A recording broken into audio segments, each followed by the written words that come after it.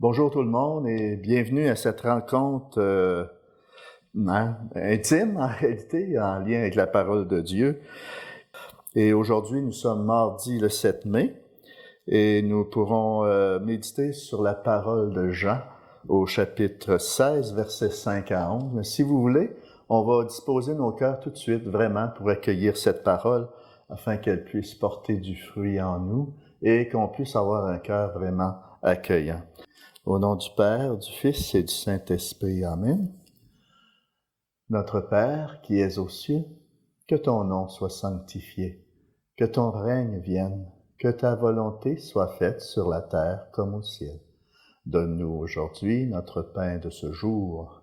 Pardonne-nous nos offenses, comme nous pardonnons aussi à ceux qui nous ont offensés, et ne nous laisse pas entrer en tentation, mais délivre-nous du mal. Amen. Au nom du Père, du Fils et du Saint-Esprit. Amen. Jésus, le roi des rois, c'est Jésus, le bon pasteur. Alléluia, Alléluia, Alléluia, Alléluia, Amen. Le Seigneur soit avec vous. Évangile de Jésus-Christ selon Saint Jean. Gloire à toi, Seigneur Jésus. En ce temps-là, Jésus disait à ses disciples, « Je m'en vais maintenant auprès de celui qui m'a envoyé, et aucun de vous ne me demande où vas-tu. Mais parce que je vous dis cela, la tristesse remplit votre cœur. Pourtant, je vous dis la vérité.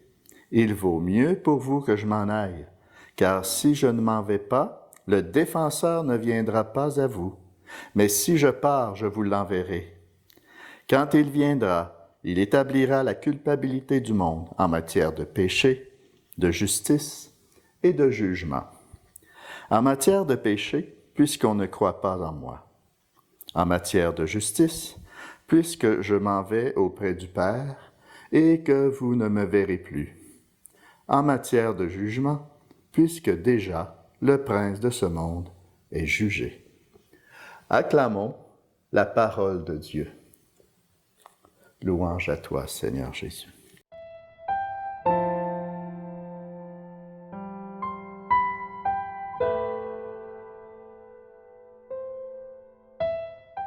Eh bien, aujourd'hui, l'Évangile nous ramène un peu en arrière, il nous ramène à la dernière soirée de la vie terrestre de Jésus avec ses apôtres à la dernière scène. Jésus, il fait ses adieux. Il prépare ses disciples aux événements qui vont suivre, où le Christ va être livré aux mains des pharisiens pour vivre sa passion, il va mourir sur la croix. Et le troisième jour, il va ressusciter. Donc, dans une dizaine de jours, on est dans ce contexte qu'on va fêter la fête de la Pentecôte. Nous allons fêter la venue de l'Esprit Saint sur les apôtres et sur l'Église. Et dans le texte d'aujourd'hui, Jésus demande à ses apôtres de le laisser partir afin que le défenseur arrive. Je le cite, « Pourtant, je vous dis la vérité, il vaut mieux pour vous que je m'en aille. Car si je ne m'en vais pas, le défenseur ne viendra pas à vous. Mais si je pars, je vous l'enverrai. » Il faut reconnaître que c'est une situation très difficile et incomprise par les apôtres parce qu'ils ignorent qui est l'Esprit Saint. Nous non plus, on ne connaît pas assez l'Esprit Saint. Encore aujourd'hui, on ne connaît pas assez l'Esprit Saint. Combien de fois, nous aussi, nous avons ce sentiment d'abandon, ce sentiment de tristesse. Après le départ d'un prêtre d'une paroisse, après le départ d'une personne auquel nous nous sommes attachés, ou tout simplement à la fermeture d'une église, d'une paroisse, on ressent une profonde tristesse et aussi un sentiment d'abandon. Connaissons-nous vraiment l'Esprit Saint? Qui est-il vraiment dans notre vie? C'est des questions qu'il faut se poser pour faire une bonne réflexion. Hein? Quelle place lui faisons-nous dans notre cœur, dans le quotidien de notre vie? Et quelle confiance lui accordons-nous? C'est le fait qu'on ne connaît pas assez l'Esprit Saint qui explique pourquoi nous sommes parfois sans joie. Des fois, je perds ma joie, puis je ne sais pas pourquoi. Puis d'autres fois, je le sais, mais tu sais, je perds ma joie. Ou bien je perds ma motivation. Ou bien, dans d'autres occasions, je manque de charité. Comme c'est important de mieux connaître qui est l'Esprit Saint, afin de lui demander avec foi de vivre dans sa présence. C'est une personne, particulièrement en ces temps d'incertitude et instables dans lesquels nous sommes confrontés dans l'Église aujourd'hui et aussi dans le monde, toute la confusion qui règne présentement. Est-ce que je lui accorde toute la confiance à l'Esprit Saint? Ainsi, la mission de l'Esprit est de rester avec nous. Il est cet ami silencieux, toujours à nos côtés pour nous aider, pour nous guérir, nous fortifier, nous consoler, même si on ne s'en rend pas toujours compte. Faisons-lui confiance. Il nous révèle la parole de Dieu, il nous révèle le Christ, la présence de toute la Trinité à travers la parole de Dieu. Cette parole qui est vivante, cette parole qui guérit, qui fortifie, qui nous remplit d'espérance, qui nous sort de cette solitude que nous pouvons ressentir dans nos vies à travers tous les défis qu'on a à relever. Nous avons tous nos défis à relever. Et tous ces défis, avec la présence de l'Esprit Saint, nous rend plus forts. Il nous fait grandir dans la foi. Il nous conduit sur le chemin de la sanctification, des chemins qui sont parfois houleux, qui sont parfois sinueux, mais qui sont très formateurs et qui nous rendent plus forts. C'est par l'Esprit que nous devenons des témoins du Christ. Et par lui et grâce à lui, notre prière plaît au Père, qui voit tout dans le secret. Si l'Esprit Saint n'était qu'une puissance, il serait à notre disposition pour atteindre nos propres objectifs humains. Mes objectifs à moi seul, mon petit moi, selon ma propre volonté, qui n'est pas toujours alignée avec celle de Dieu. Au contraire, l'Esprit Saint est une personne divine qui m'habite depuis mon baptême, que j'ai reçu à mon baptême, pour atteindre son but ultime de glorifier notre Père du ciel. C'est tout le sens de la Sainte Trinité, afin qu'on puisse nous aussi communier à ce bonheur de glorifier le Seigneur. Hein? La mission du Consolateur n'est pas seulement de consoler. La mission du Consolateur n'est pas seulement de nous fortifier, mais aussi de convaincre en manifestant sa présence à travers 3 notions qu'on voit dans l'Évangile qui a été cité: le péché, la justice et le jugement. La présence de l'Esprit Saint sur la terre démontre le péché du monde d'une manière indéniable et vient faire la lumière en nous. Dès que tu commences à cheminer dans l'Esprit, tu vis comme une sorte d'illumination de l'âme, de la conscience. C'est important, on dit souvent, vas-y selon ta conscience, mais ta conscience, il faut qu'elle soit bien éclairée. Et c'est l'œuvre de l'Esprit Saint en toi qui vient éclairer ton âme, qui vient éclairer ton intérieur, qui vient faire la lumière en toi. Et c'est précisément parce que les hommes ont rejeté le Christ que le Saint-Esprit a été envoyé. Dans la bienveillance du Père, du Fils et de l'Esprit, l'Esprit Saint est là, étant donné que dans notre histoire humaine, on a rejeté le Christ. Et c'est l'Esprit Saint qui vient. Là où est l'Esprit, là est le Père, et là est le Christ aussi. C'est toute une œuvre trinitaire qui ont la même volonté. Ils ont tous les trois la même volonté. Donc, en matière de péché, l'Esprit Saint vient faire la lumière en nous, puis c'est un cadeau.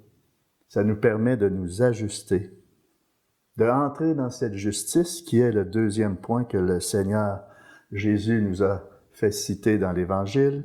En ce qui concerne la justice, la résurrection du Christ est la démonstration que Dieu a justifié son Fils, que les hommes avaient déclaré coupable. L'Esprit Saint me permet de faire l'expérience de la rencontre personnelle avec le Christ vivant, le ressuscité. Hein? Alors à ce moment-là, quand je vis dans mon intérieur, dans tout mon être, cette rencontre personnelle avec le Christ, je viens de m'ajuster à Dieu. Sa justice fait partie de ma vie, je suis ajusté à lui. Et le troisième point, en ce qui concerne le jugement, le diable a été condamné par la croix et jugé de façon définitive, ainsi le monde dont il est le chef. En d'autres mots, l'œuvre de l'Esprit Saint produit deux résultats, deux points importants. Soit que sa démonstration, que sa présence en moi est acceptée, soit elle est refusée. L'orgueil qui mène à l'incrédulité est le péché à la source de tous les autres. Ça prend beaucoup d'humilité pour laisser le Seigneur agir en moi, parce que j'ai toujours des bonnes idées. Puis je veux les faire passer, mes bonnes idées. Alors que le Seigneur nous appelle à l'humilité, à faire mourir cet orgueil. Et puis, en continuant dans cette lignée, si quelqu'un n'accepte pas qu'il a une nature pécheresse, tant que tu ne te reconnais pas pécheur, tant que tu ne réalises pas en toi que tu as besoin d'être sauvé, tu ne peux pas t'ajuster à Dieu. La justice de Dieu conduit au jugement, pas au salut. Dieu ne condamne pas. Ça, là, il faut se graver ça dans le cœur. Dieu ne condamne pas. Il est venu pour que tous soient sauvés. En d'autres mots, par contre, si je ne veux pas de sa miséricorde, si je ne veux pas de son amour, si moi j'envoie promener l'Esprit Saint, que je n'ai pas besoin là, de tout ce qui entoure la vie chrétienne, la vie dans l'esprit, si je n'accueille pas cet amour en moi d'une façon consciente, je me condamne moi-même, je me coupe de la vie de l'esprit. Parce que c'est ma décision et le Seigneur, lui, il m'a créé libre. Il ne veut pas brimer ma liberté. Alors, si consciemment je ne veux rien savoir du bon Dieu, c'est sûr, je me condamne moi-même. Jésus est monté vers le Père et notre Père, mais il ne nous a pas abandonnés. Tant que j'ai un souffle en moi pour respirer, le Seigneur va tout faire pour me ramener vers lui. Et il a besoin de chacun et chacune d'entre nous pour ramener toutes ces brebis qui ne sont pas encore dans la bergerie. C'est notre mission à tous, de refléter cet amour de Dieu en nous, de créer des petites communautés de fraternité pour montrer que le royaume de Dieu est déjà au milieu de nous, que le royaume de Dieu est déjà en nous, et c'est l'œuvre de l'Esprit Saint qui agit dans nos vies. Dieu est présent en nous. Il est attentif à tous nos besoins. Grave ça dans ton cœur. Il ne nous a pas abandonnés. Il est attentif à tous tes besoins. Et je termine avec cette citation de saint Paul aux Éphésiens, chapitre 4. « Laissez-vous guider intérieurement par un esprit renouvelé. » L'Esprit Saint, à chaque jour, vient faire du neuf en toi. C'est pourquoi on se doit d'être fidèle à nos temps de prière, à la méditation de sa parole et à la fréquentation des sacrements. Parce qu'à travers ça, le Seigneur vient faire du neuf, même à travers nos rencontres fraternelles. Où lorsque vous êtes réunis 2 ou 3 en mon nom, je suis là au milieu de vous. Encore là, le Seigneur viens nous renouveler de l'intérieur. Et je continue le verset de Éphésiens, adopter le comportement de l'homme nouveau, créé saint et juste dans la vérité, à l'image de Dieu. Nous sommes créés à l'image et à la ressemblance de Dieu. Cet homme nouveau que le Seigneur veut renouveler sans cesse. Tel est le sens de notre vie. Tel est le sens, quand je me lève le matin, c'est le but de ma vie, d'être renouvelé par lui, afin que par mon rayonnement, je puisse en amener d'autres dans la bergerie. Et c'est l'œuvre de l'Esprit Saint. C'est l'œuvre de l'Esprit Saint, c'est pas notre œuvre, c'est l'œuvre de l'Esprit.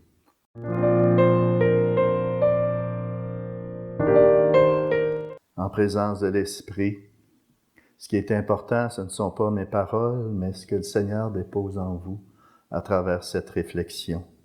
Prions-le en toute confiance. Prions-le avec l'Esprit Saint qui nous habite. Tu as révélé, Seigneur, que tu serais la vie de tes fidèles. Tu veux reproduire ta vie en nous. La gloire des humbles et le bonheur des justes, c'est là ton œuvre. Réponds à ceux et celles qui te supplient. Ils ont soif des biens que tu promets. Ouvre-leur tes réserves de grâce, et non seulement ouvre-nous tes réserves de grâce, mais donne-nous de les accueillir. Souvent, le Seigneur veut répandre ses bienfaits en nous. Mais est-ce que j'accueille? J'ai un cœur d'accueil. Est-ce que j'accueille toutes ces grâces, son agir en moi, dans toute ma vie? Amen. Alors sur ce, je vous bénis. Et que le Seigneur garde vos cœurs et vos pensées en sa présence, au nom du Père, du Fils et du Saint-Esprit. Amen. Allez et demeurez dans la paix du Christ. Nous rendons grâce à Dieu. À la prochaine.